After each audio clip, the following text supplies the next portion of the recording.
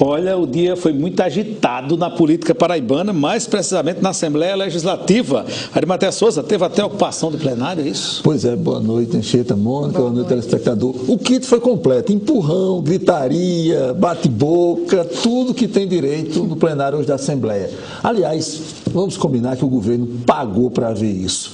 O governo do Estado e sua base na Assembleia Legislativa resolveram, estamos vendo imagens dessa ocupação, resolveram voltar a toque de caixa, no final do ano legislativo, um projeto complexo como é o da reforma da Previdência Estadual. E aí, ontem, houve a suspensão dessa tramitação por decisão judicial, só recordando, o Tribunal de Justiça liminarmente mandou suspender essa tramitação dessa reforma sem a realização de audiências públicas. Hoje, quando se esperava um dia tranquilo e se aguardaria o desdobramento da decisão judicial, eis que policiais ocuparam para valer, são centenas de policiais, o plenário da Assembleia Legislativa para exigir que haja uma discussão pausada e criteriosa sobre essa questão da reforma da Previdência Estadual. Esse tumulto se desdobrou ao longo de toda a manhã e, ao final, foi costurado um entendimento pela presidência da Assembleia para a realização, aí sim, das audiências públicas, o que deveria ter sido programado desde o nascedouro nessa questão. A primeira dessas audiências públicas já está marcada para a próxima segunda-feira. Além do projeto de reforma da Previdência, também foi sustada a tramitação de um projeto que cria a Fundação relacionada à saúde pública, Fundação Paraibana de Gestão em Saúde, já batizada de PB Saúde. E a gente vai acompanhar agora um momento com o som de plenário dessa agitação toda, agitação provocada pelos próprios deputados que quiseram, na sua base governista, votar isso rapidamente em menos de 24 horas, tanto na Comissão de Constituição e Justiça quanto no plenário da Assembleia.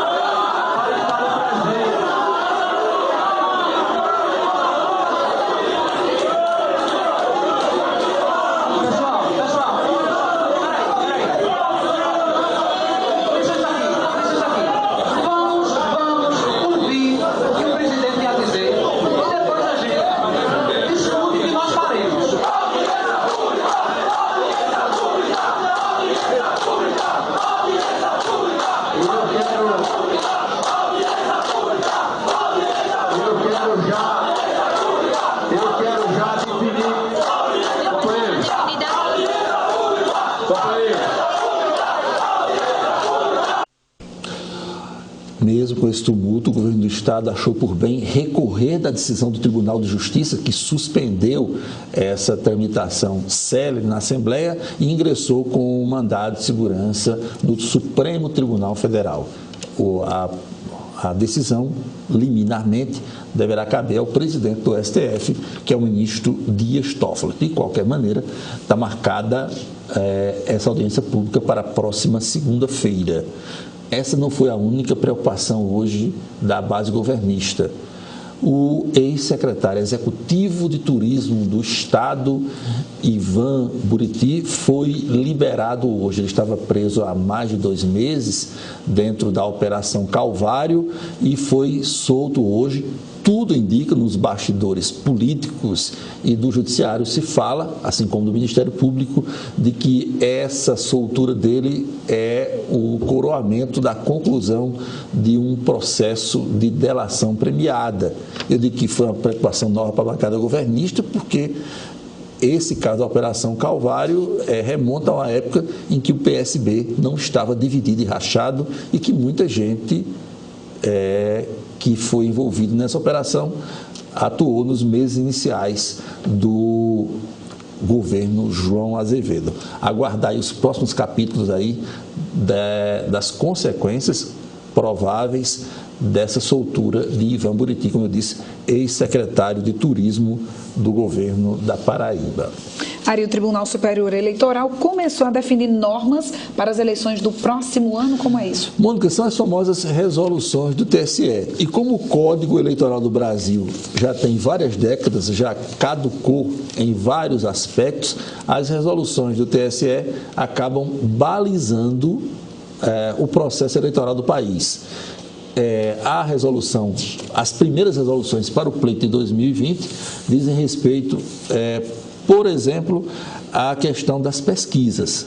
Novamente foi fixado o prazo de 1º de janeiro para que as pesquisas eleitorais sejam obrigatoriamente registradas junto à Justiça Eleitoral, se essas pesquisas tiverem por objetivo a sua veiculação em meios de comunicação.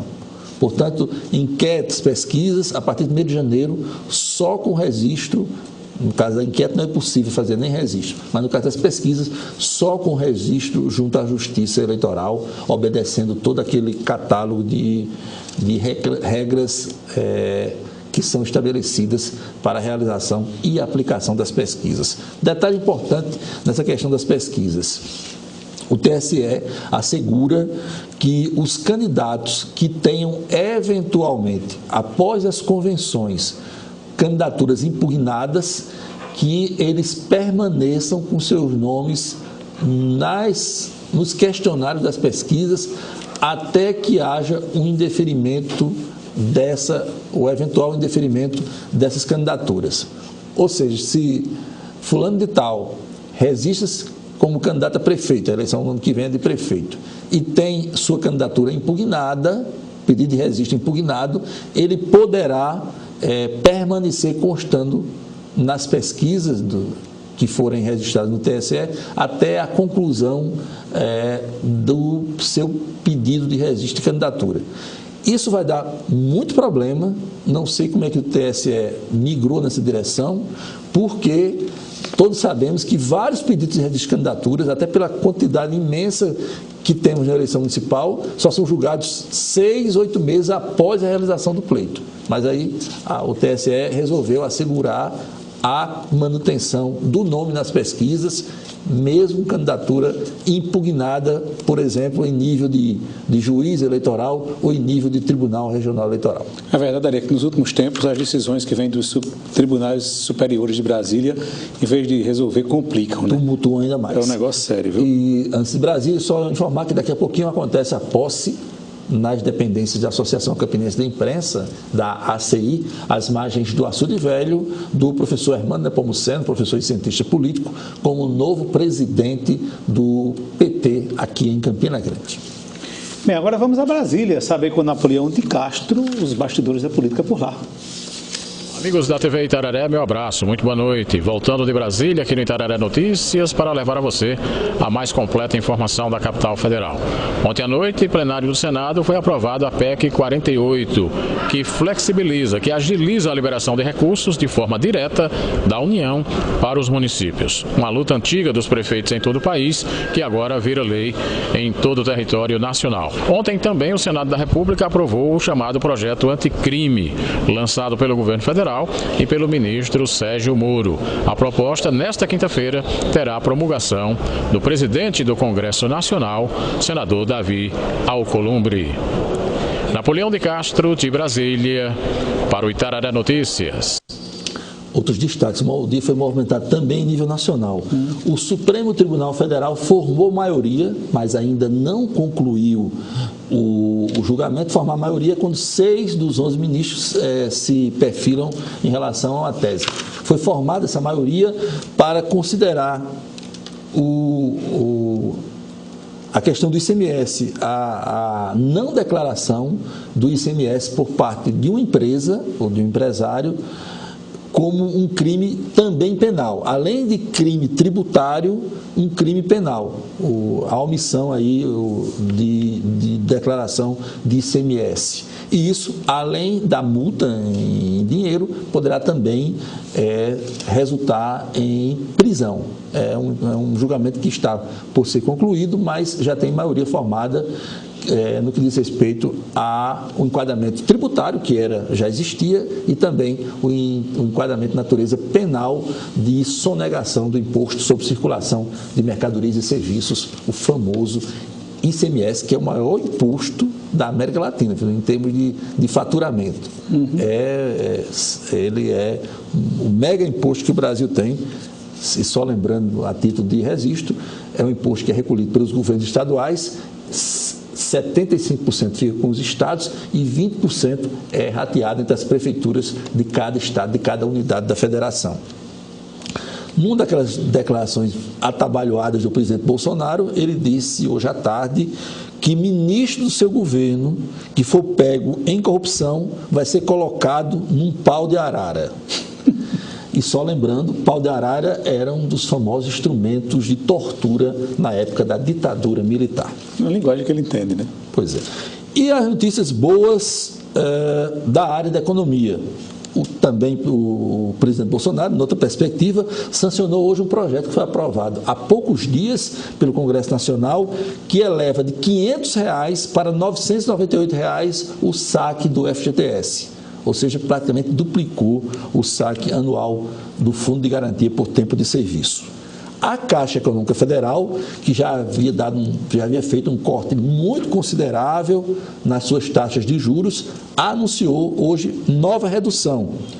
Por exemplo, o crédito imobiliário para correntistas da Caixa cai de 6,75% ao ano, 6,75% ao ano, para 6,5% ao ano, financiamento da casa própria para clientes da Caixa Econômica Federal. E o cheque especial, que já havia caído de 9,99% ao mês para 4,99% ao mês, a Caixa baixou hoje o cheque especial para 4,95% ao mês. Aí aumentou, não?